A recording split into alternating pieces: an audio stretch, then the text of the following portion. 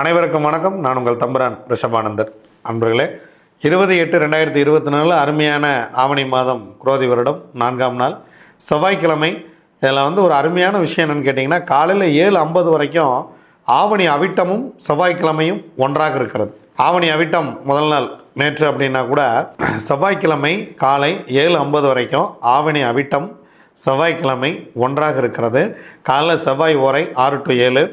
அந்த நேரத்தில் அவிட்டம் நட்சத்திரத்தில் முருகப்பெருமானை போய் வழிபட்டுவாங்க. இது வாழ்க்கையை வேறு லெவலுக்கு கொண்டு போகிற ஒரு விஷயந்தான். ஏன்னா அவிட்ட நட்சத்திரம் செவ்வாய், அவிட்ட நட்சத்திரம் செவ்வாயோடு இணைந்து ஆவணி அவிட்டம், அதோடு இணைந்து செவ்வாய்க்கிழமை செவ்வாய் ஓரை முருகப்பெருமான் எல்லாம் ஒன்றாக இருக்கிறது. காலையில் கொஞ்சம் நேரமாக எழுந்திரிச்சு கொஞ்சம் டைம் ஸ்பெண்ட் பண்ணி காலையில் 6 to 7 போயிட்டு வாங்க. முருகனிடம் போய் உங்களுக்கு என்ன தேவையோ அதை மனதார நினைத்து கொள்ளுங்கள். இறைவன் உங்களுக்காக வழிவகுப்பார், வழி கொடுப்பார். இதை நம்ம குளஞ்சியப்பர் முருகர் பற்றி நம்ம வீடியோ போட இருக்கிறோம். குளஞ்சியப்பர் கோயிலுக்கு போயிட்டு வாங்க. விருத்தாச்சலம் பக்கத்தில் இருக்கிறது. விருத்தாச்சலம் சரௌண்டிங்கில் இருக்கிறவங்க குளஞ்சியப்பரை போய் பாட்டுவாங்க. வாழ்க்கை மிக மிக வளமாக இருக்கும். வாங்க, திதி யோகம் கரணம் நாள் நட்சத்திரம் என்ன சொல்கிறது பஞ்சாங்கம் பார்ப்போம். காயத்ரி ஜபம் உலக கொசு ஒழிப்பு தினம். இது வரைக்கும் ஒழிஞ்ச மாதிரி எனக்கு ஒன்றும் தெரியல. அதிகாலை 1:09 வரைக்கும் பௌர்ணமி, அதன் பின்பு இரவு 11 மணி வரைக்கும் பிரதமை, அதன் பின்பு தோதியை திதி. காலை 7:50 வரைக்கும் அவிட்டம், ஆவணி அவிட்டம், அதன் பின்பு சதயம் நட்சத்திரம்.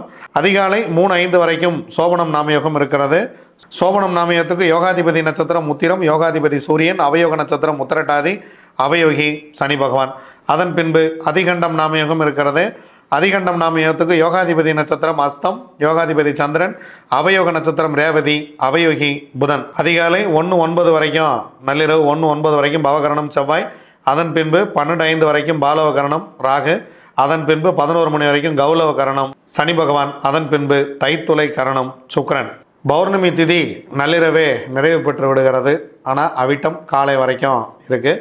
செவ்வாய்க்கிழமை நீங்கள் மண் சம்பந்தப்பட்ட பிரச்சனை இருக்கக்கூடியவங்க முருகப்பெருமானிடம் போய் மாலை 3 to 4 கிருஷ்ணாபுரம் முருகன் கோவில் மாலை அந்த ராகு காலத்தில் அவங்க அனுமதிக்கிறாங்க இதுக்கு பண்ணுறக்கு. டிஸ்கிரிப்ஷனில் கீழே நம்பர் கொடுத்துட்றோம். கிருஷ்ணாபுரம் முருகன் கோயிலை தொடர்பு கொண்டு நீங்கள் போயிட்டு வரவங்க போயிட்டு வாங்க. போயிட்டு வந்தீங்கன்னா மண் ரீதியான பிரச்சனைகள் உங்களுக்கு சால்வ் ஆக ஆரம்பிக்கும். செவ்வாய்க்கிழமை அப்படிங்கிறது செவ்வாயின் ஆதிக்கம் பெற்றது. அதனால தான் அதுக்கு செவ்வாயினே பேர் வச்சுருக்காங்க. செவ்வாய் மண் ரீதியான தொடர்பு, உடன் பிறந்த சகோதரம், உடம்பில் ரத்தம், உடம்புல ஓடக்கூடிய ரத்தம், செவ்வாய் மண், செவ்வாய் மனம், இது எல்லாமே கண்ட்ரோல் பண்ணுறவர் செவ்வாய் தான். அதனால் முருகப்பெருமானை போய் மாலை நேரத்திலேயோ காலை நேரத்திலேயோ நல்லபடியாக வணங்கி விட்டு வாருங்கள். வாழ்க்கை சுபிட்சமாக இருக்கும். வாங்க, 27 நட்சத்திரங்களுக்கு உண்டான பஞ்சபக்ஷி ராசி பலன்கள் பார்க்கலாம்.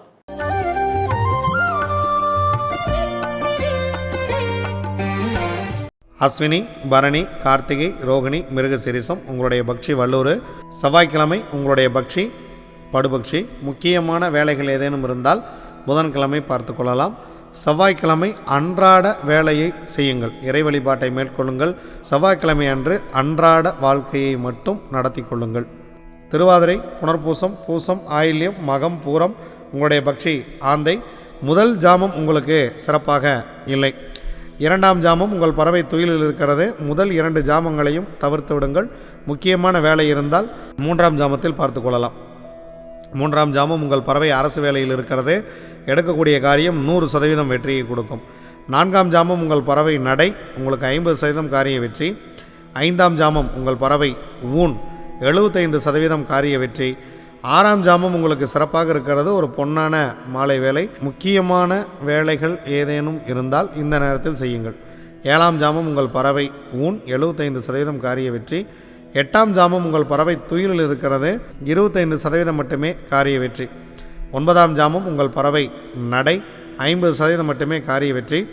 பிரம்ம முகூர்த்தம் உங்களுக்கு சிறப்பாக இல்லை. பிரம்ம முகூர்த்தத்தில் நம்ம முக்கியமான வேலை செய்யலாம் அப்படின்னு நினைக்க வேண்டாம்.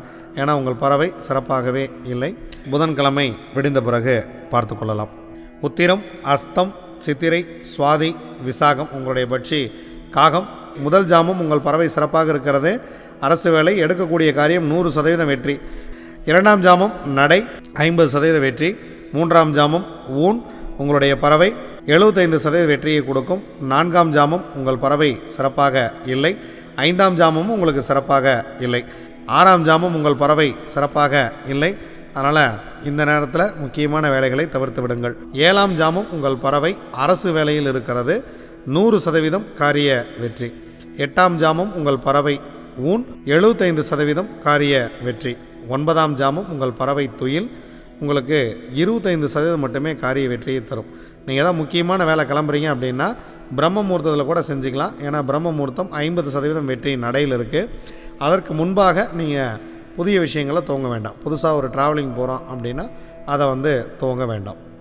அனுஷம், கேட்டை, மூலம், பூராடம், உத்திராடம் உங்களுடைய பக்ஷி கோழி.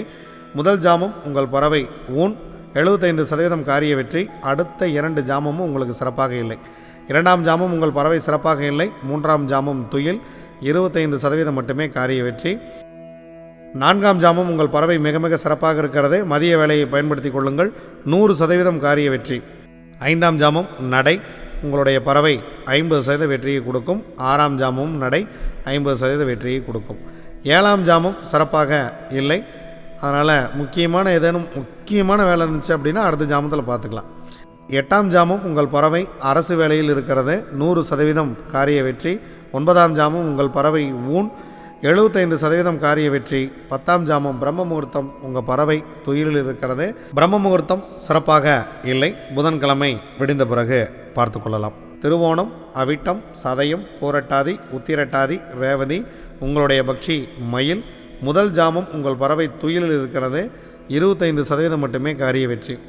2ஆம் ஜாமம் உங்கள் பறவை அரசு, 100% காரிய வெற்றி. முக்கியமான வேலை இருந்துச்சு அப்படின்னா இந்த நேரத்தை பயன்படுத்துங்க, ஒரு மிகப்பெரிய ஒரு வெற்றியை உங்களுக்கு கொடுத்துரும். 3ஆம் ஜாமம் உங்கள் பறவை நடை, 50% மட்டுமே காரிய வெற்றி. 4ஆம் ஜாமம் உங்கள் பறவை ஊன், 75% காரிய வெற்றி. 5ஆம் ஜாமம் 6ஆம் ஜாமம் இரண்டுமே சிறப்பாக இல்லை. 7ஆம் ஜாமம் உங்கள் பறவை நடையில் இருக்கிறது, 50% காரிய வெற்றி. 8ஆம் ஜாமம் உங்கள் பறவை சிறப்பாக இல்லை. 9ஆம் ஜாமம் உங்கள் பறவை அரசில் இருக்கிறது, 100% காரிய வெற்றியை கொடுத்துவிடும். 10ஆம் ஜாமம் ஊன், 75% காரிய வெற்றி. பிரம்ம முகூர்த்தத்தில் நீங்கள் ஆரம்பிக்கக்கூடிய காரியம் மிக மிக சிறப்பாக மகிழ்ச்சியாக இருக்கும். இதுவரைக்கும் 27 நட்சத்திரங்களுக்கு உண்டான பஞ்சபட்சி ராசி பலன்களை பார்த்தோம். வாங்க 21ஆம் தேதி புதன்கிழமை எப்படி இருக்கிறது அப்படிங்கிறத பார்க்கலாம். நாம் தொடர்ந்து பயணிப்போம். நன்றி, வணக்கம். நான் உங்கள் தம்பிரான் ரிஷபானந்தர்.